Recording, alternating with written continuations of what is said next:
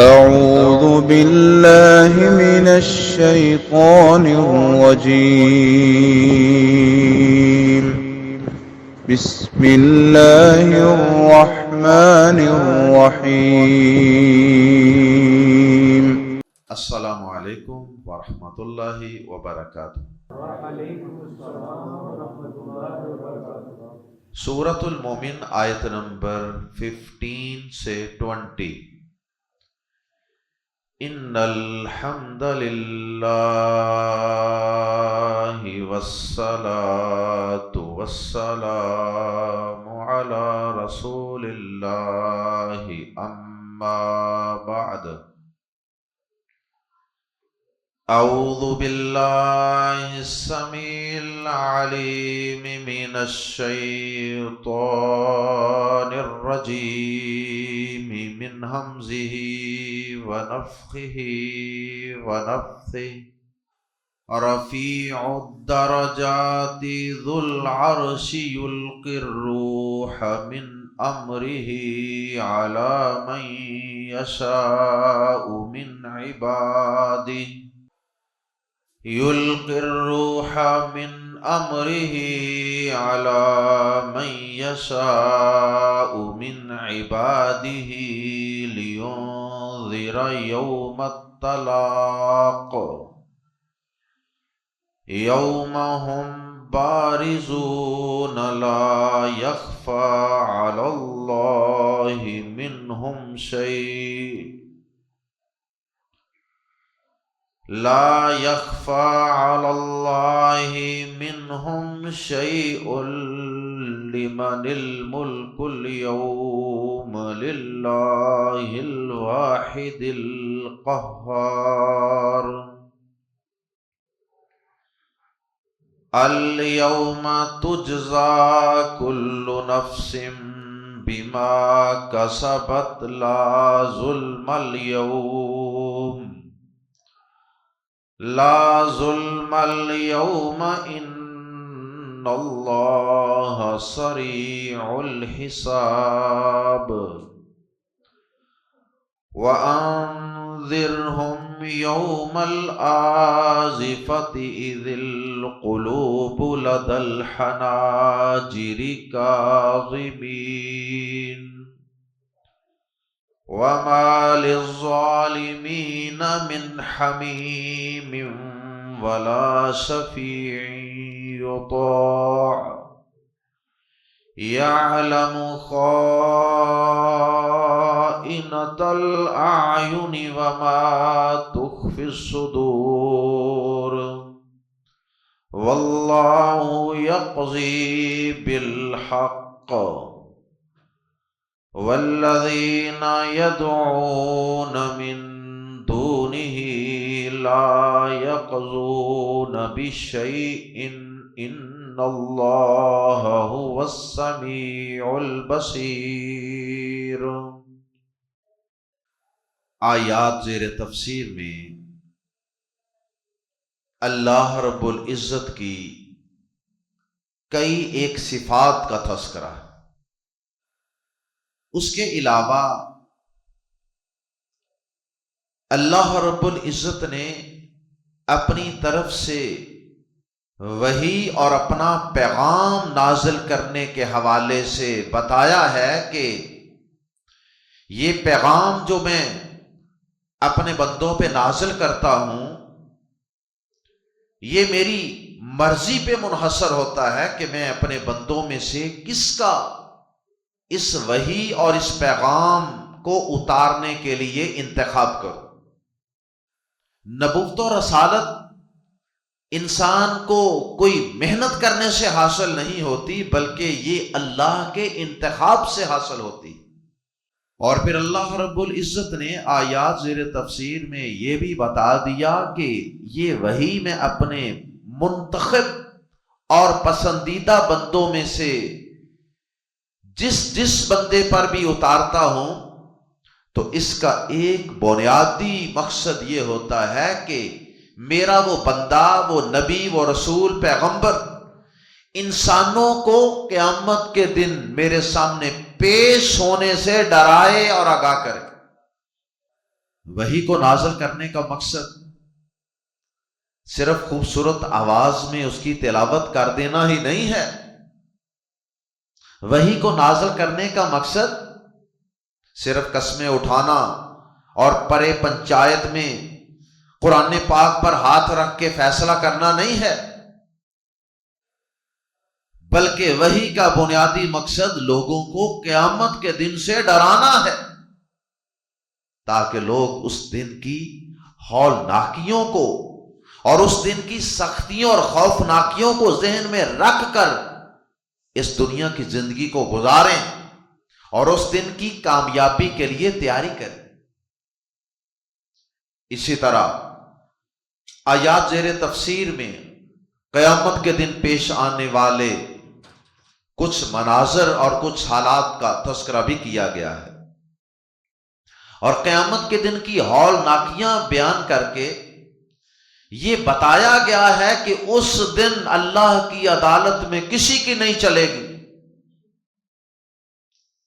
اس دن سفارش بھی اگر کوئی کرے گا، کوئی ولی، پیغمبر، کوئی شہید، کوئی اللہ کا مقرب، تو وہ بھی اللہ کی مرضی سے کرے گا، اور اگر کسی نے غلطی سے یا لا علمی کی بنیاد پر کسی کی غلط سفارش کر بھی دی تو وہ قبول ہی نہیں کی جائے گی، اگر وہ شخص کافر ہوا، مشرک ہوا۔ اور اللہ پاک نے قیامت کے دن معبودان باطلہ کی بے بسی کا بھی تذکرہ کیا کہ وہ کس قدر بے بس ہوں گے، جنہیں لوگ آج دنیا میں بڑی طاقتوں والے، بڑے اختیارات والے اور بڑی پہنچی ہوئی سرکار سمجھ کر دنیا میں لوگ ان کی پوجا پاٹ کر رہے ہیں، ان کو پکار رہے ہیں، ان کو مشکل کشا سمجھ کے ان کے سامنے اپنی حاجتیں اور ضرورتیں پیش کر رہے ہیں۔ اس دن سارے کا سارا اختیار، ساری کی ساری بادشاہی وہ صرف ایک اللہ کے پاس ہوگی۔ آئیے قرآن مجید کے الفاظ میں پڑھتے ہیں، آیت نمبر 15، رفیع الدرجات۔ رفیع کا مطلب ہے بلند کرنے والا، لفظی معنی، اور اس کا معنی لازم اور متعدی دونوں طرح کیا جا سکتا ہے، یہ دونوں معنی میں استعمال ہوتا ہے، بلند ہونا بھی اور بلند کرنا بھی۔ تو اسی لحاظ سے اس کے دونوں طرح ترجمے ہو سکتے ہیں۔ رفیع الدرجات، وہ اللہ بہت بلند درجوں والا ہے، اور دوسرا ترجمہ وہ درجات کو بلند کرنے والا ہے، وہ اپنے مقرب بندوں کے درجات کو بلند کرتا ہے، دنیا میں بھی اور قیامت کے دن جنتوں میں بھی۔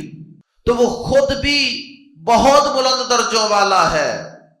دنیا میں بھی انسانوں کے درجات ہوتے ہیں، گریڈز ہوتے ہیں، اور جنت میں بھی انسانوں کے درجات ہوں گے، لیکن اللہ پاک کا اپنا درجہ وہ ان ساری مخلوقات سے اوپر، آسمانوں سے بھی اوپر اللہ کا عرش ہے، اور عرش کے اوپر پھر اللہ پاک ہیں، تو وہ بہت بلند درجوں والا ہے۔ یہ اس کا ترجمہ ہے، اور یہ بھی ترجمہ ہے کہ وہ بہت بلند درجات عطا فرمانے والا ہے۔ جس طرح اللہ پاک نے قرآن مجید میں کئی مقامات پہ ایمان والوں کے، علم والوں کے درجات کو بلند کرنے کا تذکرہ بھی فرمایا ہے۔ رفیع الدرجات، بہت بلند درجوں والا، ذو العرش، عرش والا ہے، عرش کا مالک ہے، آنر آف دی تھرون، عرش کا مالک، عرش والا۔ اللہ اکبر۔ اس سے بھی کچھ اشارہ ملتا ہے کہ رفیع الدرجات کا ترجمہ یہ زیادہ بہتر ہے، وہ بہت بلند درجوں والا ہے، کیونکہ اس کی درجات کی بلندی وہ عرش پر ہے۔ اس لیے ساتھ ہی آگے اللہ پاک نے اپنی دوسری صفت کا تذکرہ فرما دیا۔ پہلی صفت رفیع الدرجات، درجات درجہ کی جمع ہے، گریٹ۔ رفیع الدرجات، ذو العرش، وہ بہت بلند درجوں والا، عرش والا ہے، یا عرش کا مالک ہے۔ پہلے بھی کئی دفعہ اب یہ بات عرض کر چکے ہیں کہ اللہ پاک کے عرش کا قرآن مجید میں بار بار ذکر آتا ہے۔ بڑے ہی بد نصیب وہ لوگ ہیں جو اس کے باوجود اللہ کو عرش پہ نہیں مانتے۔ یلقی، وہ اتارتا ہے، الروح، روح، مراد یہاں وحی۔ روح کا لفظ قرآن مجید میں کئی معانی میں استعمال ہوا ہے۔ ایک تو وہ حکم ربی ہے جو انسان میں اللہ تعالیٰ ڈالتے ہیں تو انسان زندہ ہو جاتا ہے، انسان میں زندگی آ جاتی ہے۔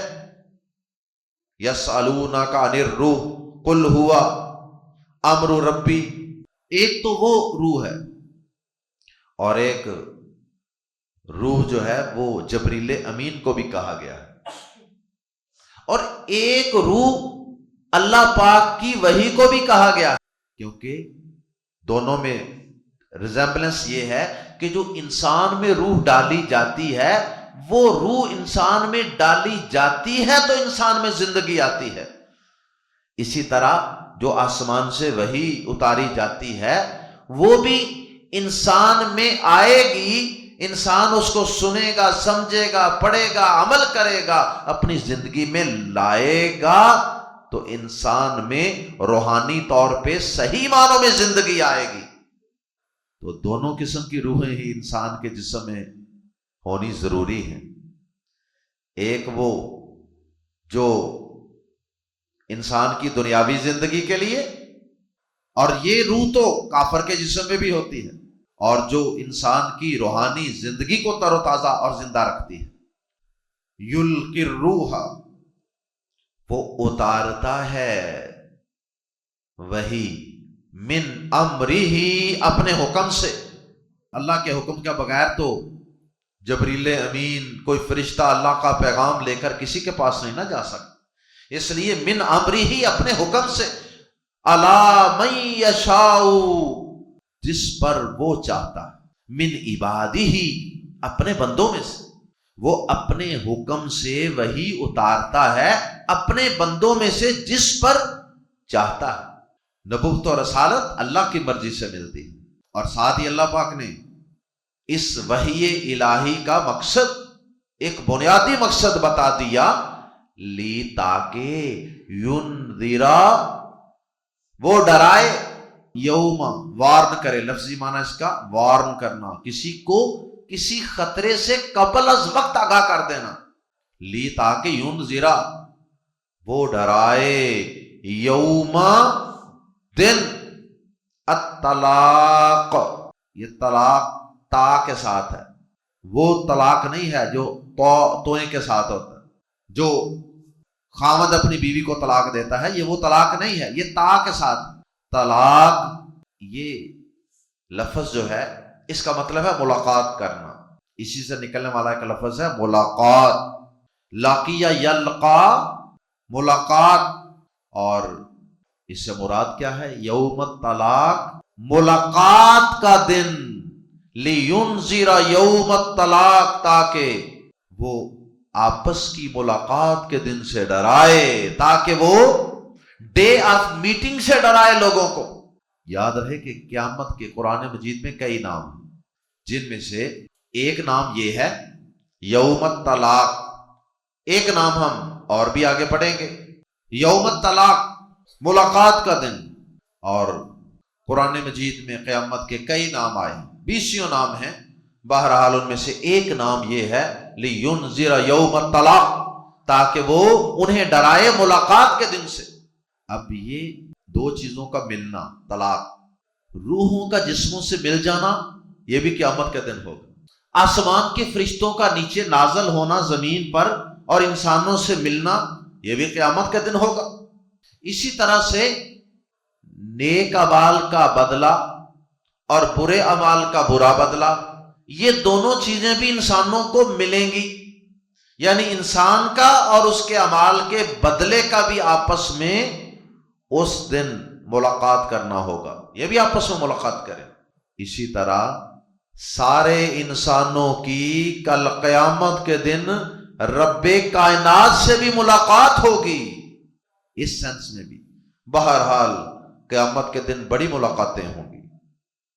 سب سے بڑھ کے اللہ سے ملاقات، لِيُنذِرَ يَوْمَ الطَّلَاقِ، تاکہ وہ آپس کی ملاقات کے دن سے ڈرائے، یا آپس کی بجائے صرف یہ ترجمہ کر لیں تاکہ وہ ملاقات کے دن سے ڈرائے۔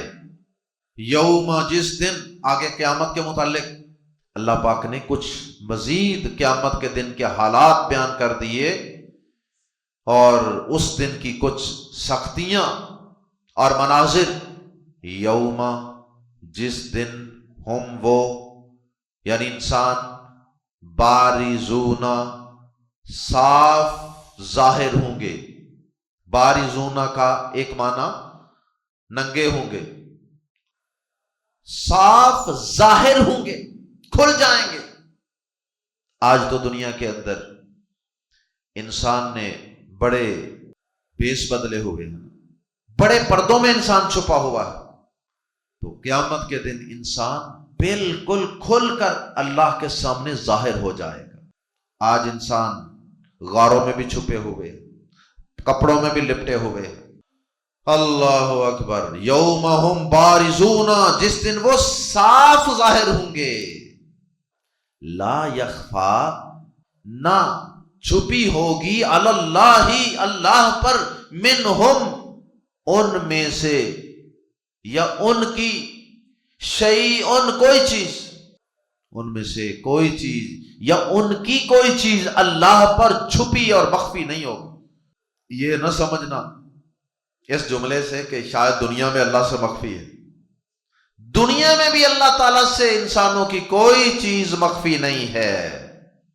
مراد صرف یہ ہے کہ دنیا میں تو انسان اپنے تئیں یہ سمجھتا ہے، اپنے خیال میں یہ سمجھا بیٹھا ہوتا ہے کہ میں یہاں چھپ کے یہ کام کر رہا ہوں، میں یہاں اللہ سے پوشیدہ ہو کر یہ گناہ کر رہا ہوں، اس مکان میں، اس غار میں، اس کمرے میں چھپ کر، میں کپڑے کے اندر لپٹ کر، کمبل میں، رضائی میں چھپ کر یہ گناہ کر رہا ہوں۔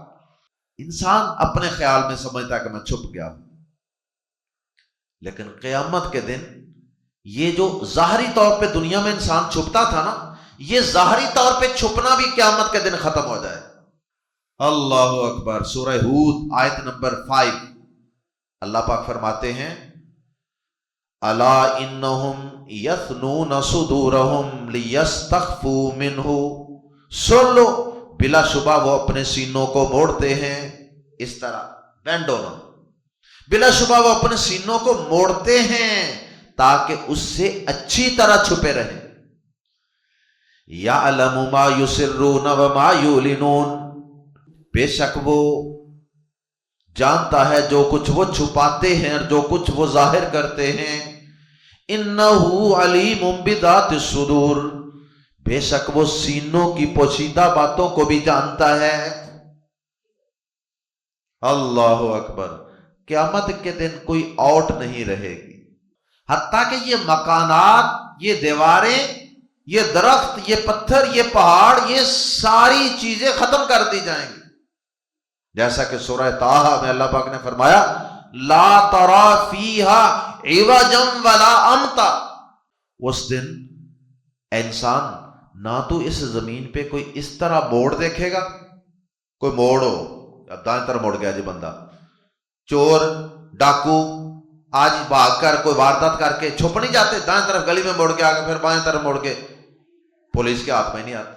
فرمایا کہ اس دن کوئی موڑ ہوگا ہی نہیں، اور اسی طرح اوپر نیچے زمین میں بھی کوئی اونچی نیچی جگہ نہیں ہوگی، جیسے پہاڑ ہیں، غار ہیں، کچھ بھی نہیں ہوگا، ساری زمین پلین ہوگی۔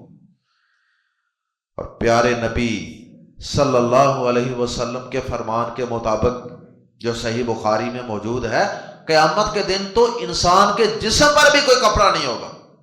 آپ نے فرمایا، انکم ملاقو اللہ حفاتن عراتن مشاتن غرلا، آپ نے فرمایا کہ اس دن یقیناً تم اللہ سے ننگے پاؤں، ننگے بدن، بغیر سواری کے پیدل اور بغیر ختنے کے ملاقات کرو، جس طرح ماں کے پیٹ سے پیدا ہوئے تھے بغیر ختنے کے، بغیر لباس کے، بغیر جراب کے، بالکل اس طرح قیامت کے دن تم اللہ سے ملاقات کرو گے۔ یوم ہم بارزون، جس دن وہ صاف ظاہر ہوں گے، لا یخفی علی اللہ منہم شیء، ان کی کوئی چیز اللہ پر چھپی نہ ہوگی۔ اور پھر کہا کیا جائے گا؟ اللہ پاک اعلان کریں گے۔ دنیا میں تو کئی لوگوں کو لوگ طاقت کی وجہ سے، اختیارات کی وجہ سے، مال و دولت کی وجہ سے بادشاہ طاقتور بڑا سمجھتے تھے نا۔ قیامت کے دن وہ سارا کچھ بھی ختم ہو جائے گا۔ جو ظاہری طور پہ چھوٹے موٹے بادشاہ اپنے آپ کو سمجھے بیٹھے تھے نا عارضی اختیار کی وجہ سے، اللہ پاک فرمائیں گے لمن الملک اليوم، آج بادشاہی کس کی ہے بتاؤ۔ اور حدیث میں مزید یہ الفاظ ہیں کہ اللہ پاک کہیں گے این ملوک الارض، زمین کے بادشاہ کہاں ہیں آج زمین کے بادشاہ کہاں ہیں؟ جو بڑے بڑے فرعون بنے بیٹھے تھے، آج کہاں ہیں؟ لمن الملک اليوم، آج کس کی بادشاہی ہے؟ ساری انسانیت جمع ہے، بغیر لباس، بغیر ختنے، بغیر جوتوں۔ اور پھر اللہ پاک خود ہی یہ اعلان فرمائیں گے، مخلوق تو کوئی بولنے کی جرت ہی نہ کرے، پن سائلنس ہوگی، خاموشی مکمل۔ آج بولے تو کون بولے؟ اللہ پاک خود ہی فرمائیں گے للہ الواحد القہار، آج اللہ ہی کی بادشاہی ہے جو واحد ایک ہے، القہار، جو زبردست ہے، بہت دبدبے والا ہے۔ آج اس اکیلے اللہ دبدبے والے، بہت دبدبے والے اللہ ہی کی بادشاہی ہے، آج کسی اور کی کوئی بادشاہی نہیں ہے۔ القہار، بہت زبردست یا بہت دبدبے والا، پریویلنگ۔ الیوم، آج، تجزا، بدلہ دیا جائے گا۔ پھر اللہ پاک یہ اعلان فرمائیں گے الیوم، آج، تجزا فعل مضارع مجہول ہے، بدلہ دیا جائے گا، کل نفس، ہر شخص کو، بازر بھی کا، ما کسبت، جو اس نے کمایا، جو اس نے کمائی کی اچھی بری، آج اسے اس کا بدلہ دیا جائے گا۔ لا ظلم اليوم، کوئی ظلم نہیں ہوگا آج کوئی ظلم نہیں ہوگا۔ یوم پر اگر ایک یا دو پیشے ہوں تو اس کا معنی ہوتا ہے دن، ڈے، اور اگر یوم پر زبر ہو تو اس کا معنی ہوتا ہے آج۔ لا ظلم اليوم، ٹوڈے، آج کوئی ظلم نہیں ہوگا، کسی پر کوئی ظلم نہیں ہوگا۔ انسان کو وہی ملے گا جو اس نے کیا۔ ایسا نہیں ہے کہ انسان نے کوئی گناہ کیا نہیں اور اس دن ظلم کرتے ہوئے اسے اس کی سزا دے دی جائے۔ ان اللہ، بے شک اللہ، سریع الحساب، بہت جلد حساب لینے والا ہے۔ اللہ تعالی کے حساب لینے میں کوئی دیر نہیں لگے، بہت تیزی سے، سریع کہتے ہیں بڑا تیزی سے۔ دنیا میں کتنے کتنے سالوں کے پرانے مقدمے عدالتوں میں لٹکے پینڈنگ پڑے ہوتے اور فیصلے نہیں ہو پا رہے، اور دادے کا فیصلہ اس کے پوتے کے دور میں ہو رہا ہوتا ہے۔ کئی ایسے واقعات ہم نے اخبارات میں پڑھے کہ دادے کا فیصلہ تھا اور اس کے پوتے کے دور میں عدالت نے وہ فیصلہ سنایا۔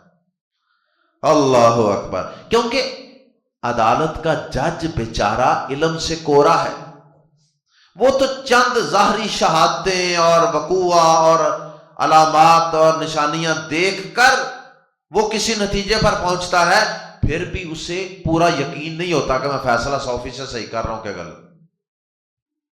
اس لیے تو بہت سے جج بہت سے فیصلوں میں شک کا فیصلہ ملزم کو دے دیتے کہ چونکہ شک ہے 100% شور نہیں ہے کہ یہی قاتل ہے، اس لیے جاؤ اس کو شک کا فائدہ دے دو، چھوڑ دیتے۔ اور اتنے سال تاریخوں پہ تاریخیں، پیشیوں پہ پیشیاں کیوں ہوتی رہتی؟ انویسٹیگیشن ہو رہی، اتنے سلو فیصلے کیوں ہوتے؟ علم نہیں ہوتا۔ لیکن اللہ پاک کے پاس تو علم ہی ہر چیز کا پورا علم ہے، اور اللہ پاک کے پاس تو ہر چیز کی پوری حقیقت ہے، اس لیے اس کے لیے فیصلہ کرنے میں دیر کیوں لگنی ہے؟ اس کے لیے کسی چیز کا فیصلہ کرنا کوئی مشکل نہیں ہے، اس لیے فرمایا سریع الحساب۔ پھر دنیا میں ایک اور بھی کام ہوتا ہے، باری مجرم عدالتوں میں پیش ہوتے ہیں نا، ایک آئے گا اندر کمرے کے جائے گا، باقی سارے باہر لائن میں کھڑے ہیں، ہتھ کڑیاں لگی ہوئی ہیں، پولیس پکڑ کے کھڑی ہے، پھر وہ باہر آئے گا، پھر دوسرا جائے گا، پھر دوسرا باہر آئے گا، پھر تیسرا جائے گا، ایک دن میں کتنے کو کیس سن لے گا؟ اللہ پاک کو حساب لینے میں دیر بالکل نہیں لگتی، وہ ایک ہی وقت میں سب کی بات سن سکتا ہے، وہ ایک ہی وقت میں سب کا فیصلہ کر سکتا ہے۔ جیسا سورۃ القمر آیت نمبر 50 میں بھی اللہ پاک نے فرمایا وَمَا أَمْرُنَا إِلَّا وَاحِدَةٌ كَلَمْحٍ بِالْبَصَرِ، اللہ پاک فرماتے ہیں ہمارا حکم تو صرف ایک بار ہوتا ہے، جیسے آنکھ ایک دفعہ ایسے جھپکتی ہے نا، بس ایسے ہمارا فیصلہ ہو جاتا ہے۔ تو بس آنکھ جھپکنے کے وقت کے برابر ساری مخلوقات کے فیصلے ہو جائیں۔ وَأَنذِرْهُمْ، اور ڈرائیے انہیں، یوم الآزفہ، قیامت کا دوسرا نام یوم الآزفہ، قریب آنے والا دن، قریب آنے والی گھڑی۔ قیامت کے نام قرآن مجید میں اکثر مؤنث ہی استعمال ہوتے ہیں، جیسے القاریہ، الحاقہ، الصاخہ، الطامہ، آگے گولتا آتی ہے۔ اسی طرح الآزفہ، الآزفہ اس کا معنی ہوتا ہے قریب ہونا، قریب آ جانا۔ الآزفہ وَأَنذِرْهُمْ، اور ڈرائیے انہیں، یوم الآزفہ، قریب آنے والے دن سے یا قریب آنے والی گھڑی سے۔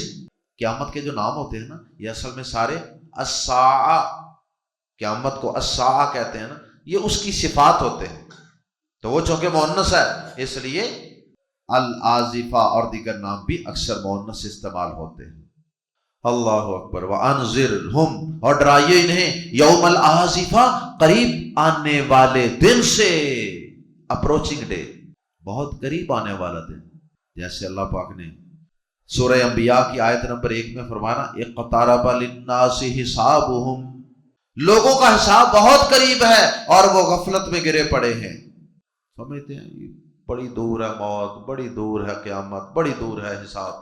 حالانکہ عربی زبان کا مقولہ ہے کل ما ہوا آتن فہوا قریب، ہر وہ وقت، ہر وہ گھڑی، ہر وہ دن، ہر وہ واقعہ جس کا آنا یقینی ہو وہ قریب ہی ہوتا ہے، دور نہیں ہوتا۔ تو قیامت انسانوں کو جتنی بھی دور لگے، کیونکہ اس کا آنا یقینی ہے، اس لیے وہ سمجھو بالکل قریب ہے۔ اور ویسے بھی جس انسان کو موت آ جاتی ہے اس کے لیے تو آخرت کی منزلیں شروع ہو گئی نا۔ تو اس لحاظ سے اگر دیکھا جائے پھر تو قیامت بس اتنی ہے جتنی ہماری زندگی باقی۔ وَأَنذِرْهُمْ يَوْمَ الْآزِفَةِ، اور ڈرائیے انہیں قریب آنے والے دن سے، اذ، جب، اب قیامت کے دن کی ہولناکی، اذ القلوب، جب دل، لدا، پاس، جیسے لدیہ آتا ہے نا، لدیہ میرے پاس، لدا کے آگے ایک اور چھوٹی یا لگا دیں، دونوں یائیں جمع ہو کے شد، لدیہ میرے پاس، لدینا ہمارے پاس، لدا قریب، پاس، اس قریب آنے والے دن سے ڈرائیے جب حالت یہ ہوگی، اذ القلوب، جب دل، لدا، پاس ہوں گے، الحناجر، گلوں کے، حلقوں کے، حنجرہ کی جمع ہے حناجر، لدى الحناجر، گلوں کے پاس ہوں گے، when hearts are at the throats، دل تو ہوتا ہے نا نیچے سینے میں،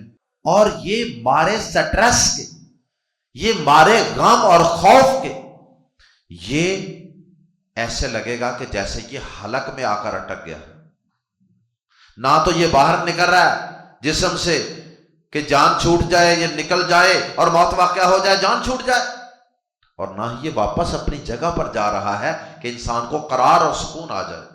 کاظمین، غم سے بھرے ہوئے، خوف سے بھرے ہوئے، کاظمین بھرے ہوئے۔ مشکیزے کو یا کسی شاپنگ بیگ کو پانی سے بھر کر اوپر سے آپ اس کی گرہ لگا دیتے ہیں نا، کہ ایک دفعہ شاپر میں دودھ یا کوئی چیز لے کے آتے ہیں، اس کو بھر کے گرہ لگا دیتے ہیں تو جو اس کی حالت ہوتی ہے، ایسی چیز کو کہتے ہیں کاظمن، اور اس کی جمع کاظمین۔ اللہ اکبر، پی جانے والے بھی اس کا معنی ہوتا ہے، جو پیتا ہے وہ اپنا پیٹ بھر لیتا ہے۔ کاظمین، غم سے بھرے ہوئے، سٹریس سے، خوف سے، فیئر سے بھرے ہوئے، اور دل حلقوں میں اٹک گیا ہے۔ یہ خوف کی کیفیت ہوگی، اللہ محفوظ فرمائے۔ تو اللہ تعالیٰ کہتے ہیں نبی، ان کو اس دن سے، اس دن کی ہولناکیوں سے ڈرائیے، یہ اس دن کی تیاری کریں۔ ما للظالمین، نہیں ہوگا ظالموں کے لیے، ظالموں سے مراد کافر مشرک، من حمیم، کوئی دلی دوست۔ حمیم کھولتے ہوئے پانی کو بھی کہتے ہیں، تو کہتے ہیں کہ حمیم قریبی دوست یا قریبی رشتہ دار کو اس لیے کہتے ہیں کہ وہ آپ کے لیے غصے میں آ جاتا ہے، کھول جاتا ہے۔ آپ کسی کے قریبی دوست کے سامنے اس کو برا بھلا کہیں، یا کسی کے قریبی رشتہ دار مثلا اولاد کے سامنے اس کے باپ کو برا بھلا کہیں، ذرا اس کی بہن کو برا بھلا کہیں، ذرا گرم ہو جائے گا بندہ کہ نہیں، آگ بگولا ہو جائے گا۔ اس لیے انتہائی قریبی اور دلی دوست کو کہتے ہیں حمیم، جو تمہاری خاطر گرمی کھاتا ہے۔ ما للظالمین من حمیم، ظالموں کے لیے نہ کوئی دلی دوست ہوگا، ولا شفیع، اور نہ کوئی سفارشی ہوگا، یطاع، جس کی اطاعت کی جائے، جس کی بات مانی جائے۔ یہ اس لیے کہا، ویسے تو دیگر آیات میں، آیت الکرسی میں بھی موجود ہے کہ کوئی اس کی اجازت کے بغیر سفارش کر ہی نہیں سکے گا، لیکن یہاں ساتھ یطاع کا لفظ اس لیے بول دیا گیا، نہ کوئی سفارشی ہوگا جس کی بات مانی جائے۔ مطلب یہ ہے، پہلے نمبر پہ تو کافر مشرک کی کوئی سفارش کرے گا ہی نہیں، لیکن اگر کوئی سفارش کاری بیٹھے لا علمی کی بنیاد پہ، جیسے ابراہیم علیہ السلام بھی اپنے باپ کی سفارش کریں گے قیامت کے دن، لیکن نہیں مانی جائے۔ پیارے نبی صلی اللہ علیہ وسلم بھی حوض کوثر پہ کچھ لوگ مسلمان آ رہے ہوں گے، آپ ان کے وضو کے نشانات کو دیکھ کر جب فرشتے روک لیں گے نا، تو آپ کہیں گے ان کو آنے دو، یہ میری امت کے لوگ ہیں، سفارش کی نا آپ نے، حوض کوثر پہ آنے دو۔ فرشتے کہیں گے، صحیح بخاری کی حدیث، اے نبی پاک صلی اللہ علیہ وسلم، آپ نہیں جانتے کہ آپ کے بعد انہوں نے آپ کے دین میں نئی نئی بدعات شامل کر کے آپ کے دین کا کیا حلیہ بگاڑ دیا۔ پھر آپ کہیں گے، سوکن سوکن لمن غیر بعدی، اچھا اچھا، پھر ان کو مجھ سے دور ہی لے جاؤ جنہوں نے میرے بعد میرے دین کا حلیہ بگاڑ دیا۔ تو فرمایا کہ کوئی سفارشی نہیں ہوگا جس کی بات مانی جائے۔ اللہ اکبر۔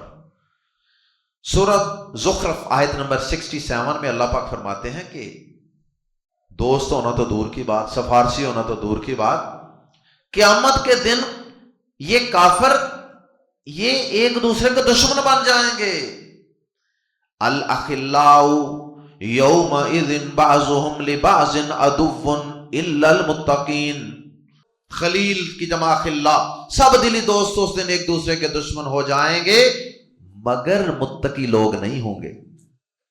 متقی لوگ قیامت کے دن ایک دوسرے کے دشمن نہیں ہوں گے، وہ دوست ہی رہیں گے۔ مزید اللہ پاک کی صفات، یعلم، وہ جانتا ہے، خائنۃ الاعین، آنکھوں کی خیانت، عین کی جمع اعین، خائنۃ الاعین، آنکھوں کی خیانت، وہ آنکھوں کی خیانت کو جانتا ہے۔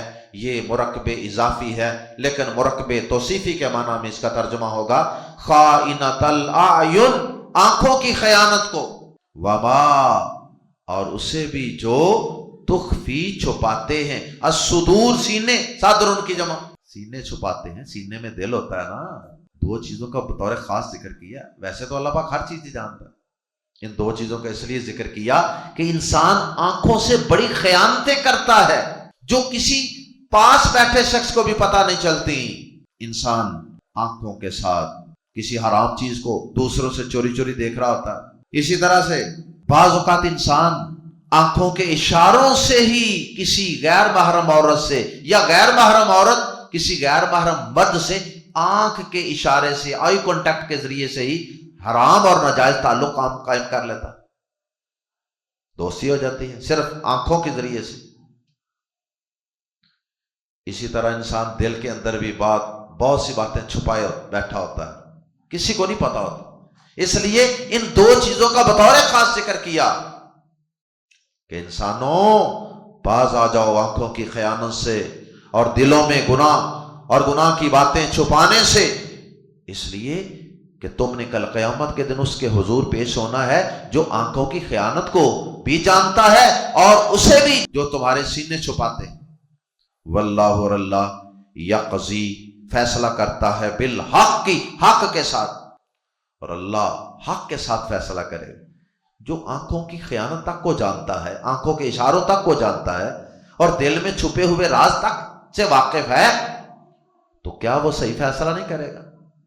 والذین، اور وہ لوگ جنہیں یدعون، وہ پکارتے ہیں، من دونہ، اس کے سوا، اللہ کے علاوہ دیگر معبودان باطلہ کو جو پکارتے ہیں، لا یقضون، نہیں فیصلہ کرتے، بشیء، کسی بھی چیز کا. انہیں کوئی اختیار نہیں ہے کہ وہ کسی چیز کا فیصلہ کریں اس کائنات میں یا قیامت کے دن. یہ فیصلوں کا پورا اختیار اللہ کے پاس ہی ہوگا. اس لیے عبادت کے لائق صرف ایک اللہ ہے.